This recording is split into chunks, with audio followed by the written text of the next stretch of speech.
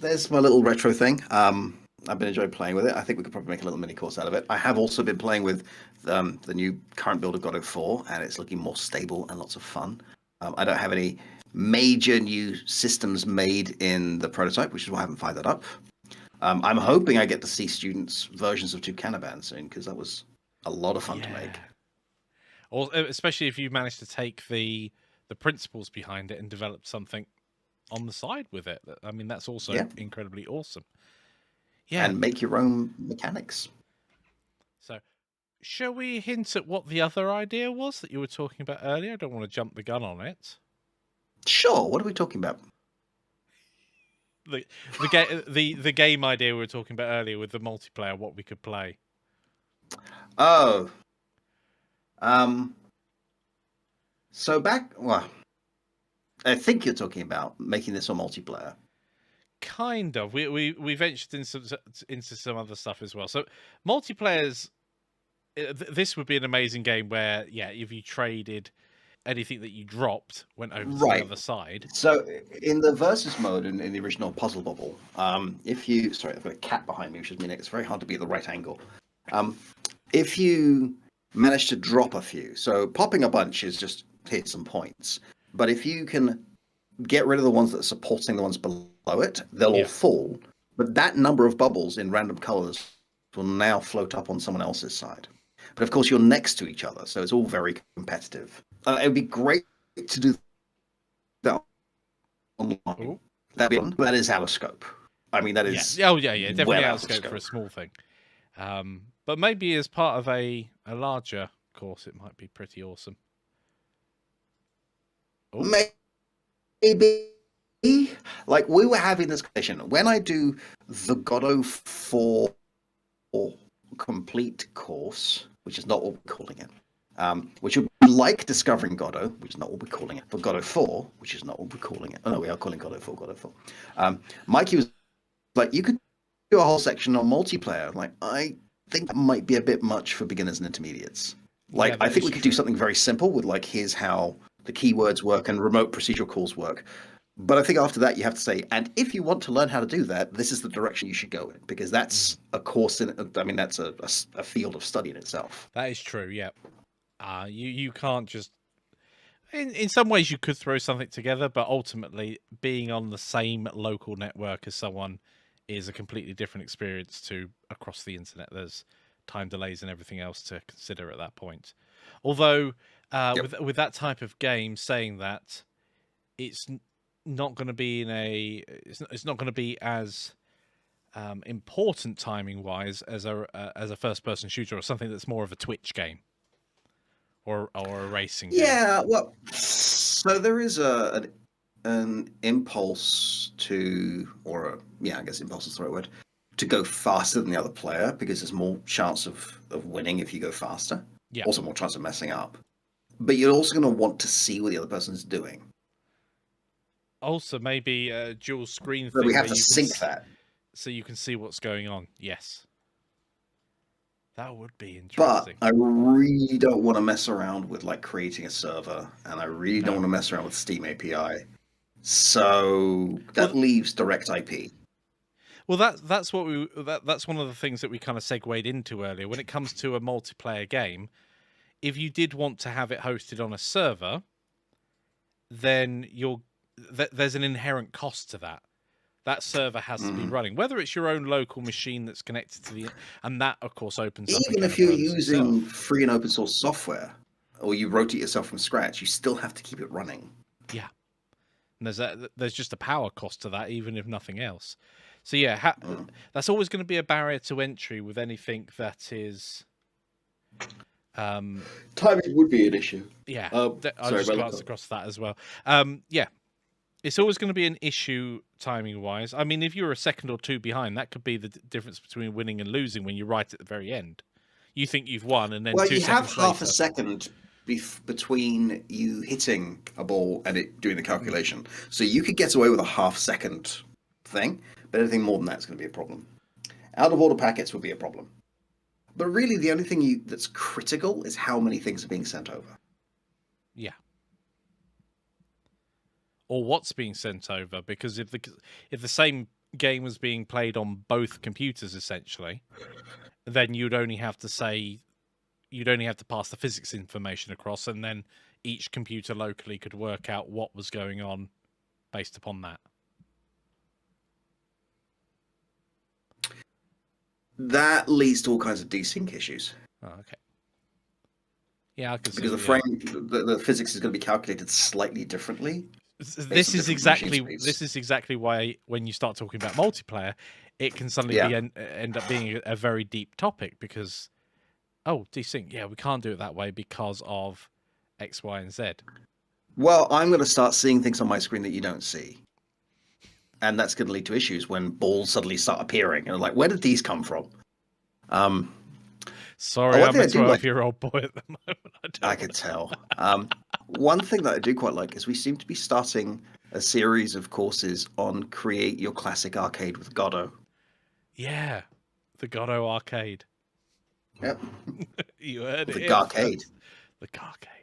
No, that in all seriousness, recreating some of the original games does give you a much more deeper respect into that. Then, as I was saying right at the beginning, they're not quite as simple as it might appear to be on the surface, and you could probably do this game without physics as well. That's one of the early discussions we were having. Do we use physics to get all of the bounces and things like that basically for free, because that's just built into the physics engine? But at the same time, that's not how. I'm pretty sure that is not how the original is done. No. No, you could do this with areas, but then you're having to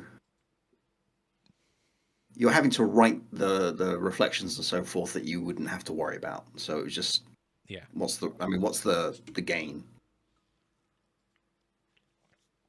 I suppose, and it might not be important on today's mobile hardware, but obviously physics calculations take up CPU cycles. So if that's running on a much lower powered device, like an older phone, maybe a 4 or 5 year old Android device, then you might be bottlenecked or something along those lines when it comes to calculating a basic bounce. I don't think so with even 5-year-old hardware these days. I think you'll be fine with that.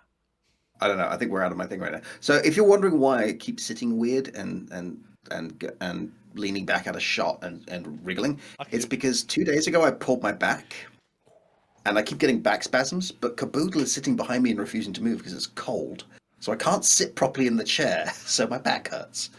So that's why I keep like. This is where the back spasms have come from, isn't it? They might be. If you've not been able to sit because a cat's been pushing you back out. Well, I mean, she's done that for months, but yeah. Final straw. No. Back pain isn't fun. It's not.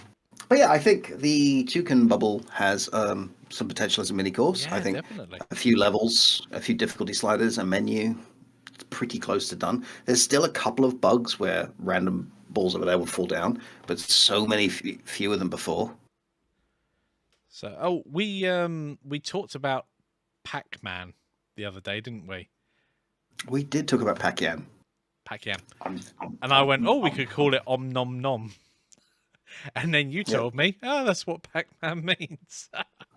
Well, so in Japanese, puka puka puka is yum yum yum yum yum. At least that's why he makes that noise. Nom, nom. So yeah, I would be very interested in hearing what old, well, not necessarily old, but classic games you guys would love to Breakout. But yeah, what are your I feel like favourite everyone's ones? done Pong and Breakout. Pong would be, I dare I say it, so easy with just the physics. Physics, area. Yeah. Pretty much done. I mean, your real thing is you don't want to run out of momentum, so you have to apply an impulse every time you hit the bat or the wall. Because otherwise, eventually, it will slow down. Well, there was that old thing, wasn't there, with Pong? As the bar was moving up, if you managed to hit it more towards one of the ends, it would go off at a greater and greater angle. Yeah, it was actually they split the bat up into different areas and they changed the speed and the direction depending where you were hit from. Yeah, I remember playing again. This was back on the Amiga. It was a very weird game. It was basically air hockey, but you played against aliens. I can't remember what it was called, but it had some really good music in it. But you'd be able to obviously shove your mouse forward, and that would give more velocity or less velocity.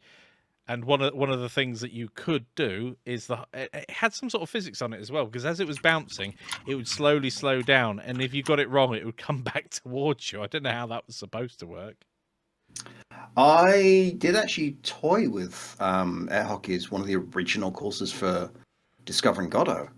Yeah. But I was getting such high speeds that I was breaking physics. Like the collisions weren't registering.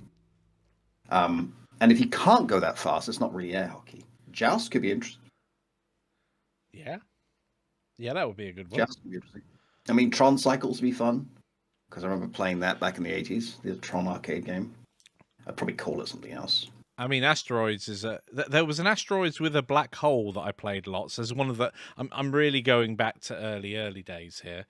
That was a lot of fun. Then there was another one where you used to have to fly a little ship, sort of like into a cave and down, but you also had to collect fuel as you go. I can't remember what that was. Oh, called. yeah. And when you reached the bottom, you had to like rescue or pick up a And package. there was gravity, and the thrust was actually the longer you held the button, the more thrust. I think it was called thrust. Yeah, Lunar Lander, those sort of things. Lunar Lander. Hi, Daz. I was also thinking about that one. I forgot the name, and Mikey kept shouting Tank. It wasn't called Tank. It was back in the 70s, where you had two artillery positions, and you would take turns getting the angle and the power and just lobbing things into the scenery to try and hit each other. Gravatar, Lemmings. Oh, no. Love Lemmings. That soundtrack is stuck with me throughout. I did actually consider Worms, but destructible 2D terrain. That's interesting. Is kind of annoying and hard to do. I went into a bit of a YouTube and reading Black Hole when we talked about Worms the other day. I was like, oh, how could you do it? And I was like, oh, this is quite complex. Yeah, they it really got deep out. very quickly.